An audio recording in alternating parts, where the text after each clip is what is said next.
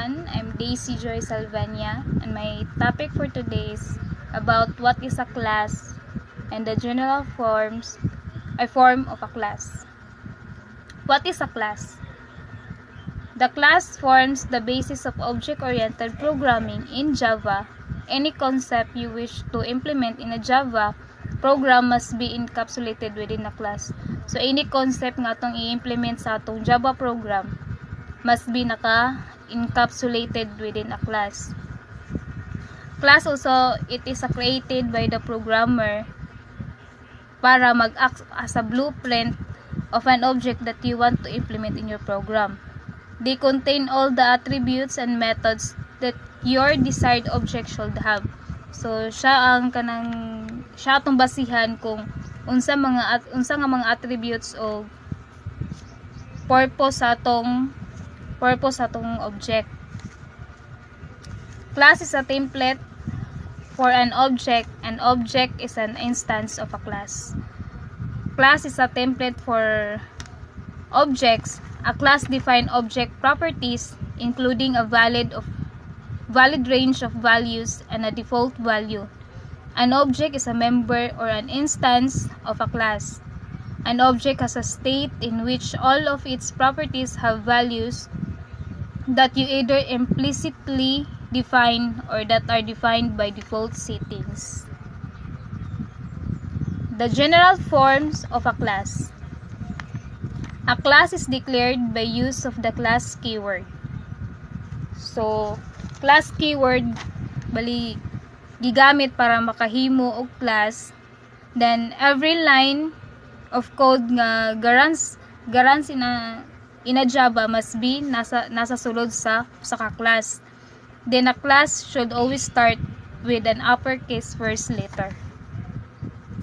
Instance variables.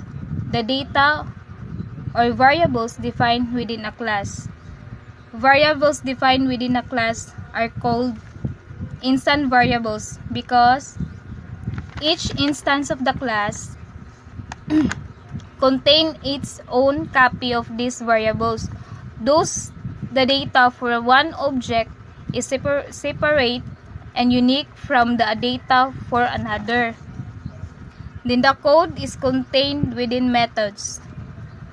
In object-oriented programming, a method is a program procedure that is defined as a part of a class and included in any object of that class. A class can have more than one method. A method can be reused in multiple objects. Then, the method declaration defines all the method's attributes such as access level, return type, name, and argument nga nasa atong program. Then the method and variables defined within a class are called members of the class. The methods and variables defined within a class are called members of the class. Declaration of instance variables. Variables defined within a class are called instant variables because each instance of the class contains its own copy of these variables. That's all. Thank you.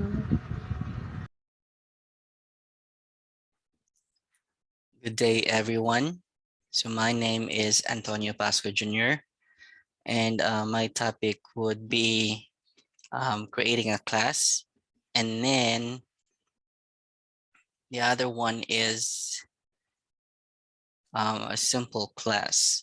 So by creating a class, or the first step to create a class, so we have our syntax here, the modifier class, and then the class name. So inside the two curly braces, it should have the instance variables. And the other thing is the methods or the purpose. So for the implementation, we have the class and then the name of our class, which is the box. And then we have here prepared the two curly braces. So a simple class So here is a class called box. So our class is called box that defines three instance variables. So ang ato dong class nga box, siya ang magkuan, siya ang mag-define sa tulo ka variable na width, height, and depth. So kani sila, muni sila ang mga identifier. So mag-distinguish unsa na siya nga box. And then currently, kanina box, wala pa siya nag-contain og method. Pero i-add na siya soon. So it is important that the class declaration only creates a template. It does not create an actual object. So in the coming reports, there will be a program presentation that includes the actual presentation of how to create a class. So much for that. We'll proceed to the next reporter. Instantiating object for class box. Instantiating is mga tong ginagamit previous classes nato, previous topic nga gihatag ni Ma'am Lendrel, which is the new and scanner. Mao na siya ang instantiating. So, the second step is declaring an object. To actually create a box object, you will use a statement like the following. Box is our class. My box is the name of our object. Equals new, which is the instantiating. Box is gibalik nato tong class nato, and open and close parenthesis semicolon. My box will be an instance of box. Next is assigning values to instance variables. Third step is assigning values to instance variables. So mag-assign tag values sa atong instance variables. My box that width equals 100 semicolon. So my box is our object. Then magbutang tag dot operator. My box dot width. So width is our instance. So magbutang tag values sa atong instance, which is the 100. Every box object will contain its own copies of the instance variables width, height, and depth. To access these variables, you will use the dot operator. So, ug magamit ang dot operator, it will be contain the instance variable. So, makita nato ang width, height, at depth. So, thank you. Kani siya, nag-create ka og project name box demo. After ana, nag-create dayon ka og class name box. Kung mahimo kag class outside yun sa main class, mao nga naa siya sa taas sa box demo.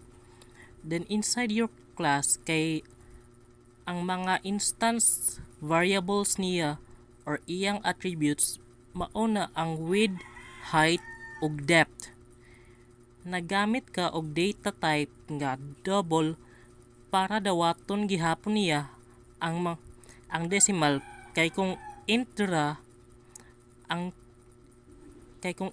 nga data type tapos ang height niya is 75.2, mag-error man na. Maong mga double imong gigamit.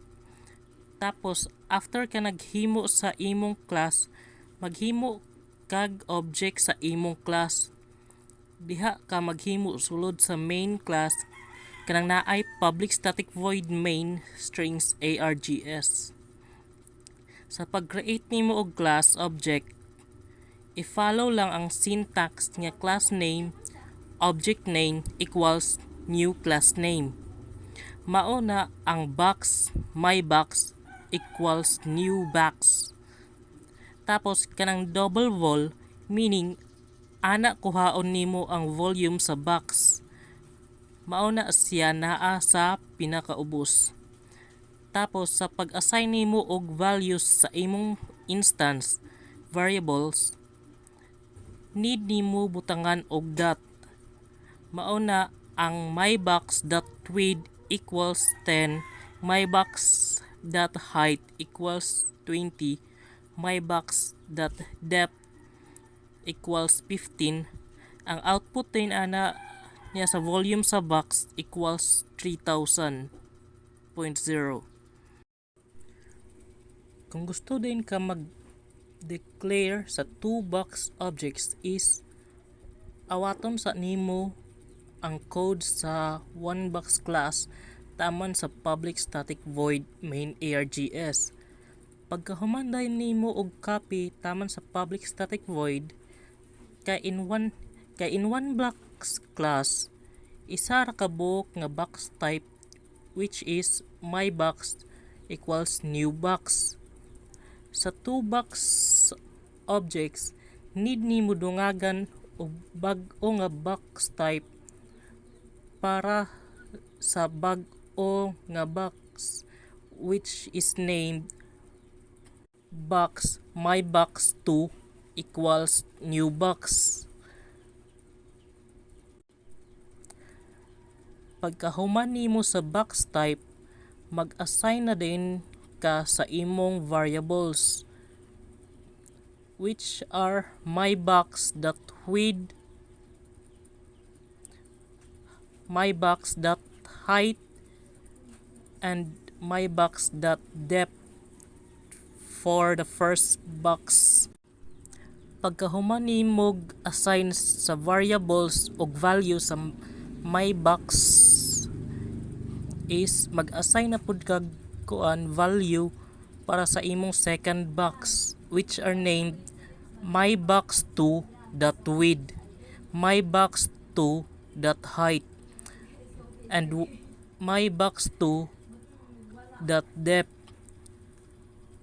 which will be on the second box para na din to siya sa second box. Kaman nimo butang para sa second box, i-compute na din nimo ang volume para sa box 1 ug box 2. So, hello everyone, I am Charisme Edinsay and my task is to make the code. Muna siya ang given nga gipabuhat ni ma'am. So, instruction niya is open your text editor and create a Java project. Name your project paper demo and create a class paper above your paper demo class with instance variables size and color with data type int and string respectively. And then instantiate three objects for class paper and assign different values. And then ang expected output nato is kanina sa ubos kaning first paper has size blank and has color blank. And second paper has size blank and has color blank, and third paper has size blank and has color blank. So, let's begin. Ito ta sa akong ginagamit nga Java compiler which is ang Java IDE. So, more gid ako ginagamit kay kas akong gaga-practice ko code is using cellphone agad. So, here first is we will create a class name paper demo. So, dini lang nato siya idugang. I have already created example dere. So, dere nato siya i-add Java file. So, we'll create our class name paper demo.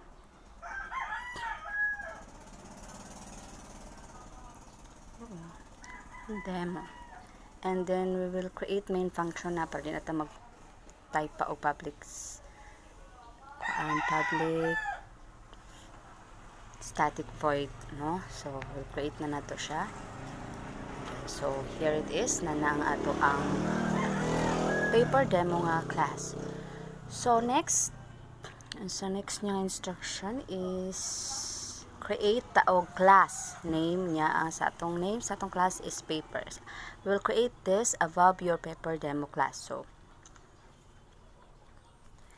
So, mag-create ta og class dire. Above man daw sa, so actually, in making class, dapat daw siya outside sa main function or main class. Ang main na to is kanimang public static void mains. string. So diri nato siya igawas nato siya diri. So diri nato siya buhaton. So mag-create tag class. Name niya is paper. So I believe kabalo naman to sa syntax, no, kay it was already discussed sa akong mga member, sa akong kauban sa grupo, kay mo to ilahang task pod mag-discuss atong meaning sa class o sa object. So naka-create na tag class nga ang name niya is paper. So next is we will create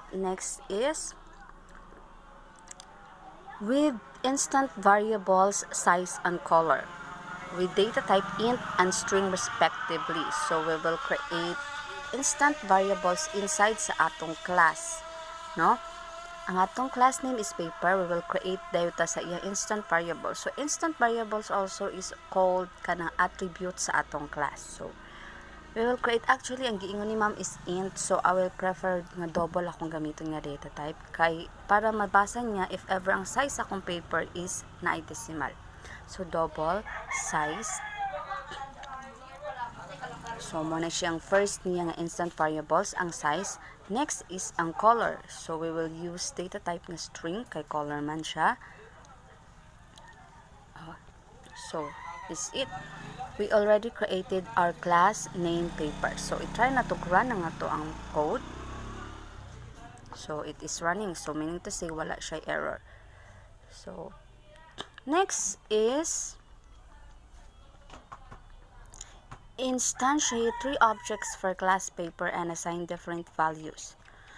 So mag-create ta og object sa atong class. So in making object, dapat isulod nat diri ta mag-create og object inside sa atong main function. So diri nato siya i-create.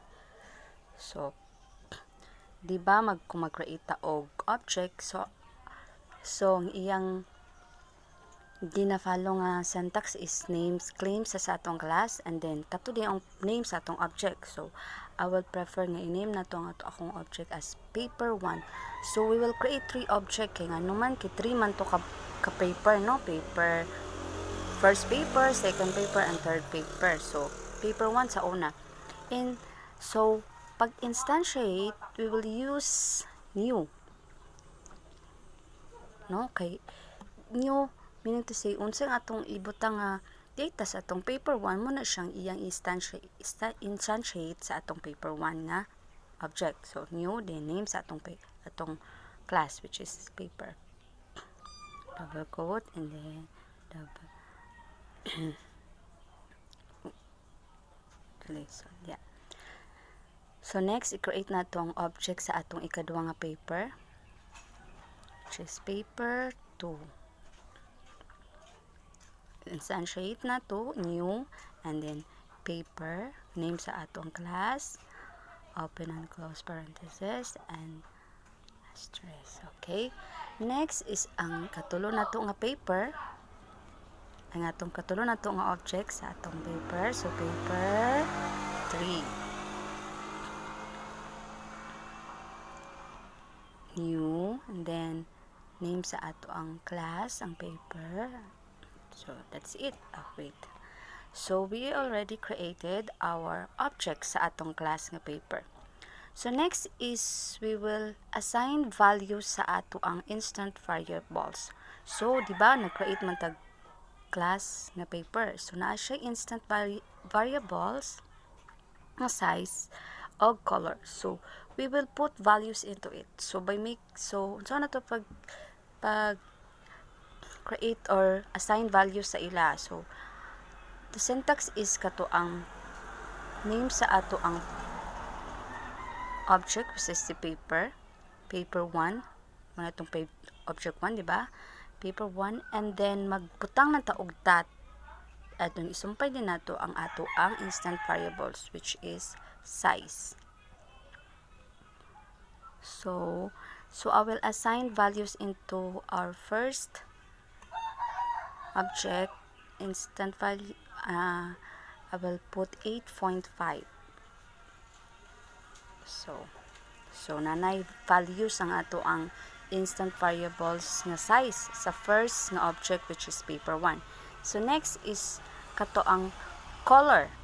So we will assign values into color. Dot lang gyapon tapos atong idugang is color. So assign ko values niya is create ta og red. Okay? Red. Ay kalimot ni siyang semicolon.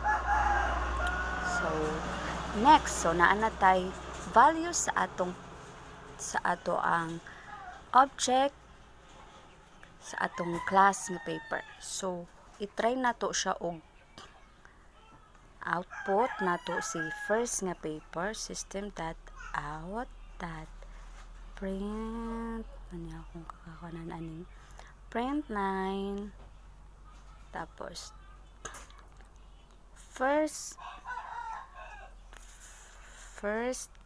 paper has size ato dahil i-add si paper 1 mo ni ang value sa ato ang size nga instant variable sorry, and then has color, add nato si color kato ang paper 1 dot color. Okay, and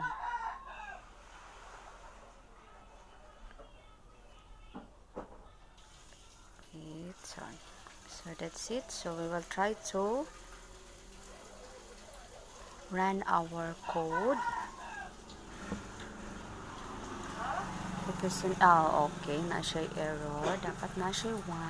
Okay, try to run. So okay, so napa siya color it. So we will put sa ato ang color red and size color para mabulag siya gamay. Okay, try to run. Isumpay pa ba ang color red? Okay, wala na siya, no? So magput pa ta og kuan kinatoy dots sa last part ni ma'am. Last part sa iyang code, I think na ato siya, no? Para na siya period. No? Sa tanaw sa nato ang iyang kuan. O siya na siya period sa last part. So we will put that or period sa ato ang code. Okay, na siya that. So the first paper has size 8.5. Wait, sa ato siya i-iro gamay si 8.5. So ato ning iisog siya gamay para naa siya kuan. And has saan ka dire para dili kayo kuan nga to ang code. Kaluoy ba ay try. So that I think okay na siya. Okay. So naka-create na ta sa atong first output sa atong first paper. So next is we will assign values also sa atong ikaduha nga object kato ang paper 2. So same ra gyapon siya. Paper tapos 2 dot size. Wait. Size, and then we will assign values sa ato ang instant variable sa atong paper 2. So I will put 10.5. So next is sa color, paper 2 na ta, that color. I will assign values ng color yellow. Okay.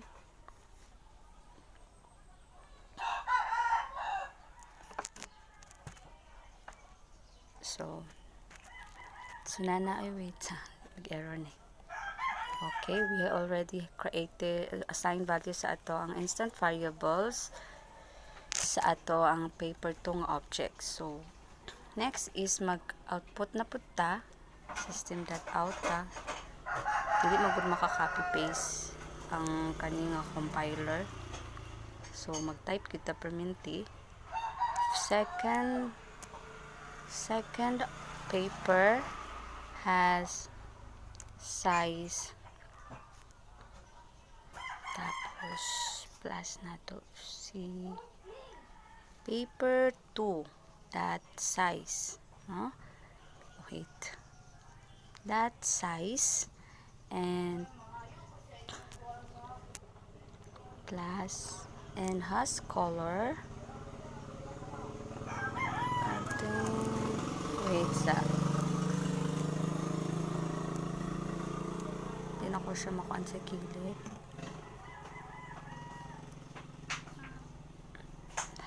Oh my god. Has wait, wala siya and has color. Add na to si color. Paper 2. Palihog lang be.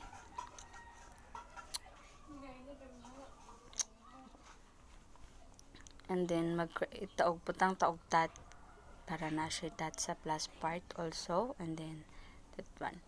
So I think try na to run. So the output is second paper has size 10.5 and has color yellow. Okay. So naka-output na ta sa atong second or paper 2, ikaduhang object. So next is ang third na to nga object which is si paper 3.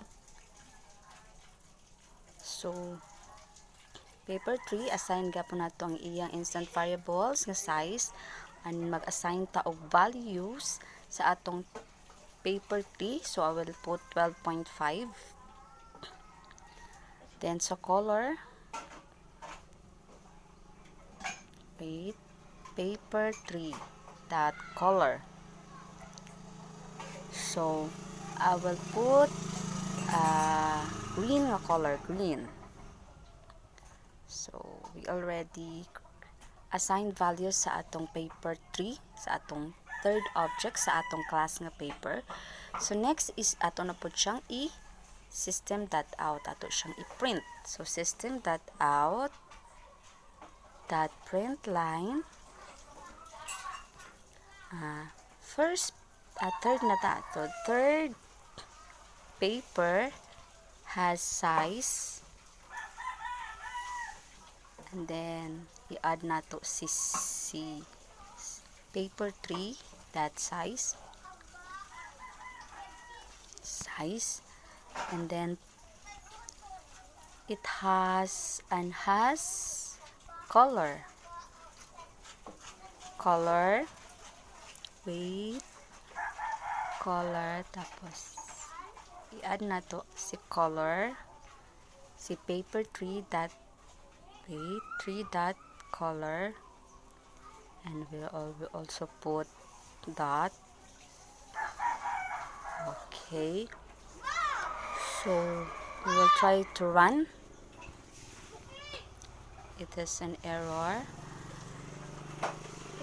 What is the error? System.out print line third paper has size plus paper dot. I think na siya error. Paper 3 dot plus and has color.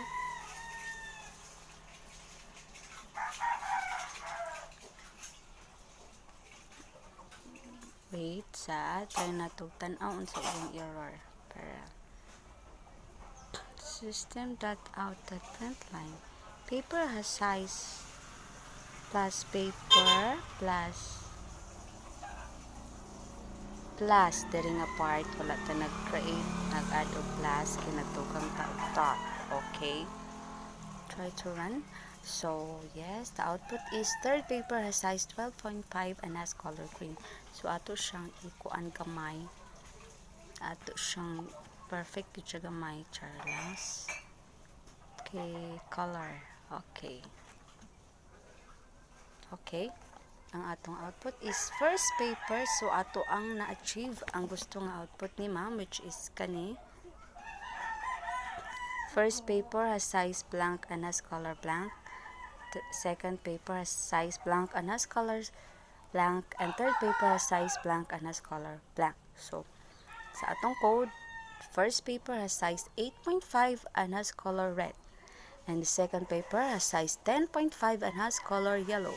And third paper has size 12.5 and has color green. So that's it. That is how our program, our code run, and kung saan namo siya pag-create sa among class, sa among pag-create po sa object, pag-assign namo sa variables or sa values sa amo ang instant variables sa among class na paper. So that's it. Thank you.